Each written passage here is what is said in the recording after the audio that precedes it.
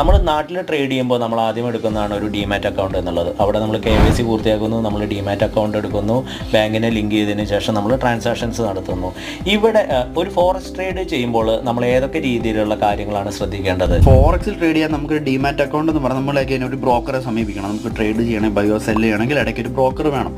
ഈ ബ്രോക്കറെ സമീപിക്കുക, എങ്ങനത്തെ ബ്രോക്കറിൽ അക്കൗണ്ട് എടുക്കണം എന്നുള്ളത് ഒരുപാട് പേര് സ്കാമിൽ പെട്ടു പോകുന്ന കാര്യമാണ്, എസ്പെഷ്യലി ഫോറക്സ് മാർക്കറ്റിൽ. ഇങ്ങനെ നല്ലൊരു ബ്രോക്കർ, അതായത് കൺട്രീസിൽ റെഗുലേറ്റഡ് ആയിട്ടുള്ള ബ്രോക്കേഴ്സ്, ഉദാഹരണം നമ്മുടെ UAE കേസ് പറയുകയാണെങ്കിൽ എന്ന് പറയുന്നതാണ് നമ്മുടെ അതോറിറ്റിയുടെ പേര്, അതായത് സെക്യൂരിറ്റീസ് ആൻഡ് കമ്മോഡിറ്റീസ് അതോറിറ്റി എന്ന് പറയും. ഇവരിൽ രജിസ്റ്റേർഡ് ആയിട്ടുള്ള ബ്രോക്കേഴ്സിനെ മാത്രമേ നമ്മൾ സെലക്ട് ചെയ്യുള്ളൂ, അല്ലെങ്കിൽ നമ്മൾ ഇവരിൽ മാത്രമേ ഫണ്ട് ഡെപ്പോസിറ്റ് ചെയ്യുള്ളൂ. അപ്പോഴാണ് നമ്മുടെ ഫണ്ടിന്റെ കാര്യത്തിൽ സെക്യൂരിറ്റി ഉണ്ടാവുള്ളൂ. നല്ലൊരു ബ്രോക്കറെ തിരഞ്ഞെടുക്കാനുള്ള ഒരു സപ്പോർട്ട് വരെ നമ്മൾ ഇവിടുന്ന് ചെയ്തു കൊടുക്കുന്നുണ്ട്. നമുക്ക് പരിചയമില്ലാത്ത ആളുകൾ യാതൊരു മുൻപരിചയമില്ലാതെ നമ്മൾ അപ്രോച്ച് ചെയ്തിട്ട് നമ്മളൊരു ട്രേഡിങ്ങിലേക്ക് പുഷ് ചെയ്യുന്ന പല അവസ്ഥകളുണ്ട്.